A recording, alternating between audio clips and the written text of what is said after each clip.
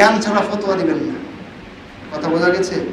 জ্ঞান নাই, ফতোয়া দিবেন না।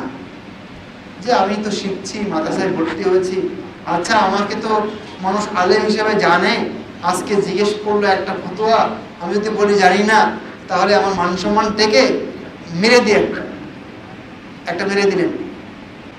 জ্ঞানটা কি জানেন? জ্ঞানটা হলো শিকারের মতো। জ্ঞানটা কি? শিকারের মতো। শিকারকে দাঁড়িয়ে থাকে, ওটাকে বেঁধে রাখতে হয়, নাহলে ওটা থাকবে না। আর শিকার বেঁধে রাখতে হয় দড়ি দিয়ে বা তীর দিয়ে অথবা গুলি করে শিকার করতে হয়, ওটাকে বেঁধে রাখতে হয়। আর ইলমকে বেঁধে রাখতে হয় লিখে লিখে। সেজন্য আপনারা নোট রাখবেন, একটা খাতা বানাবেন। হোক আপনি বড় হয়ে গেছেন তাতে কি, আপনার বয়স 50-60 হয়ে গেছে তাতে কি। একটা মুরব্বীকে মাঝে দেখলাম যে উনি মনে হয় 60+ হবে বয়স। এই বয়সে মাদ্রাসার একাডেমিক সিস্টেমে লেখাপড়া করে সানাবিয়া শেষ করেছেন, অর্থাৎ উচ্চ মাধ্যমিক স্তর শেষ করেছেন। আলহামদুলিল্লাহ।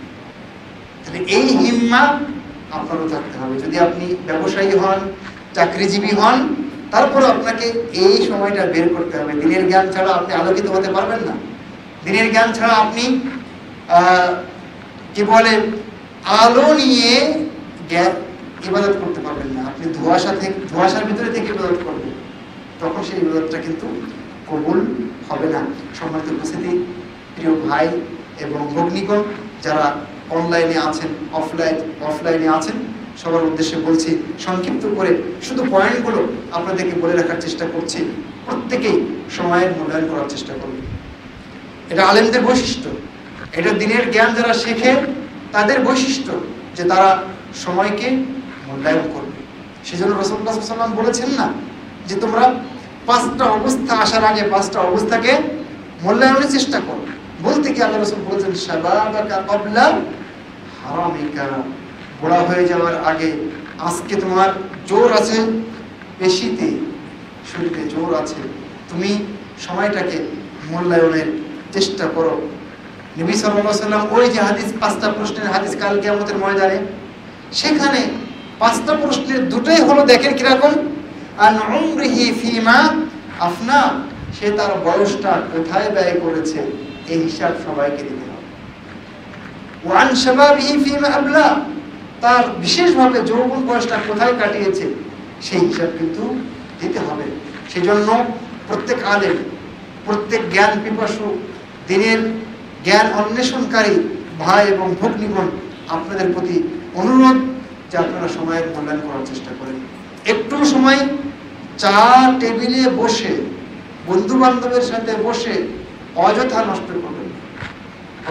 একটু সময় পেলে সেটা কাজে লাগাবার চেষ্টা করবেন।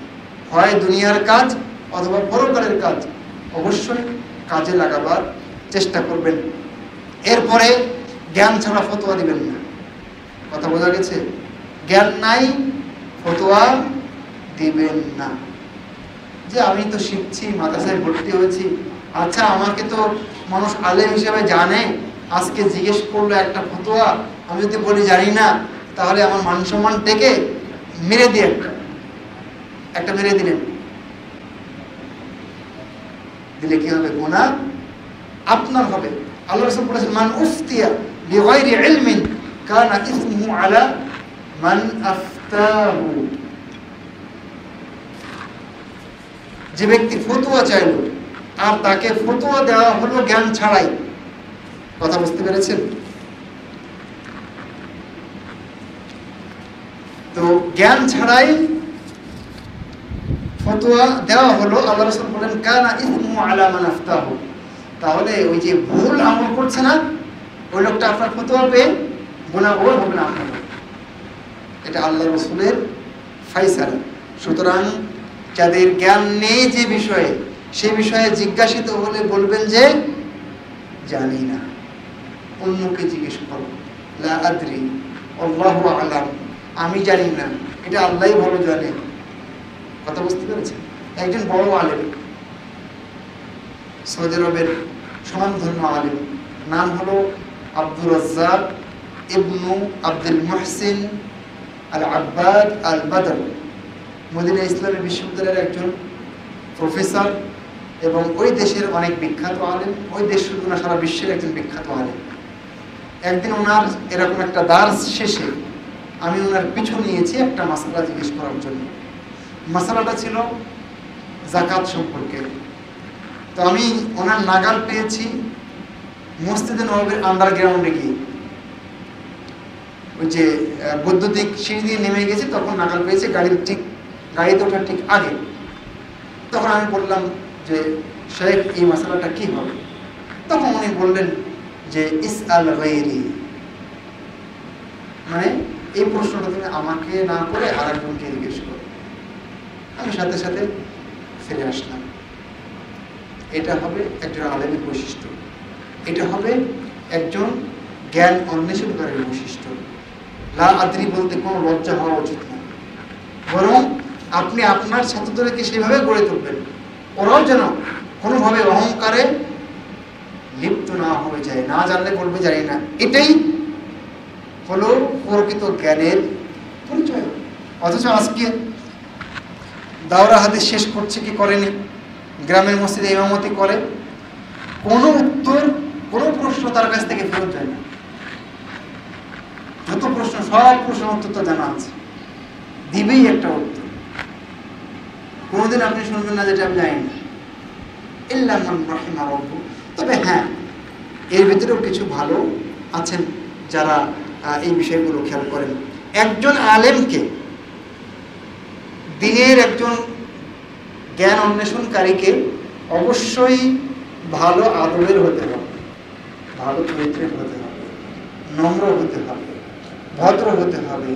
শরিয়াতের যে আদবগুলো আছে, শিষ্টাচারগুলো আছে, তার উপরে তাকে থাকতে হবে।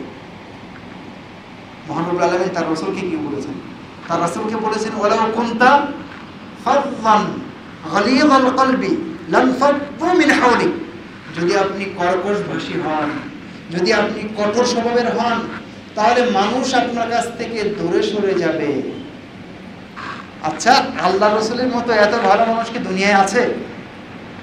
তাকে আল্লাহ এই কথা বলছেন, আপনি যদি কঠোর হন স্বভাবে, কঠোর ভাষী হন, আপনার বক্তব্যে, আপনার আলোচনায়, মানুষের সাথে আলাপচারিতায় আপনার কথা খুব কর্কশ, তাহলে আল্লাহ রসুলকে আল্লাহ বলছেন আপনার কাছ থেকে মানুষ পালিয়ে যাবে। তাহলে আমি কর্কশ ভাষা ব্যবহার করলে বুঝি আমার কাছে লোক ভিড়বে? আল্লাহ রসুলের কাছ থেকে মানুষ পালিয়ে যাবে, তাহলে আপনি আমাদের তো হিসাবই নেই। সেই জন্য আপনি দিনের জ্ঞান শিখছেন, আলেম হচ্ছেন, আপনাকে অবশ্যই শরিয়াতের যে আদব শিষ্টাচার এর ভিতরে থাকতে হবে। আব্দুল্লাহ ইবনুল মুবারক তিনি বলেছেন কাদাল আদাবু আইয়াকুনা সুলুসাই আল ইলম। ইলম যদি 3 ভাগে ভাগ করা যায়, ইলমকে যদি আপনি 3 ভাগে ভাগ করেন, তাহলে উনি বলছেন এর 2 ভাগই আদব। সেজন্য আদব নাই, আপনার এই ইলমের কোনো দাম নাই।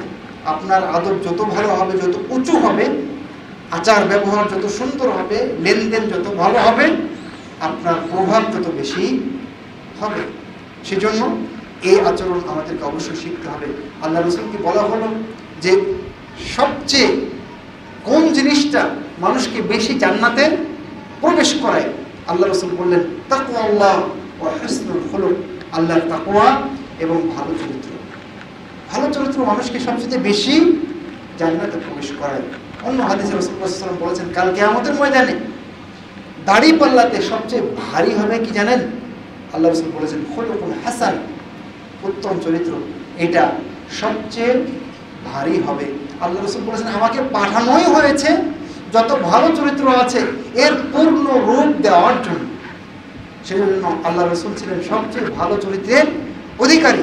সার্টিফিকেট আল্লাহ দিয়েছেন ইন্নাকা লাআলা খুলুকিন আযীম। আর কোনো সার্টিফিকেট লাগবে না, সবচেয়ে বড় সার্টিফিকেট আল্লাহ রাসূল পেয়েছেন। সেজন্য যারা আলেম সমাজ রয়েছেন, যারা দ্বীনের জ্ঞান শিখছেন, মাদ্রাসায় হোক বা এমনি হোক, আপনাদেরকে ভালো আদর্শের অধিকারী হতে হবে। আপনাকে এই আদবটা নিজের ক্ষেত্রে, আপনার সহপাঠীর ক্ষেত্রে, আপনার শায়েখ ওস্তাদের ক্ষেত্রে, এলাকার মানুষের ক্ষেত্রে, সবার ক্ষেত্রে এই আদবটাকে প্রয়োগ করতে হবে। সম্মানিত উপস্থিতি, আমি আর 5 মিনিটের ভিতরে আলোচনা শেষ করব।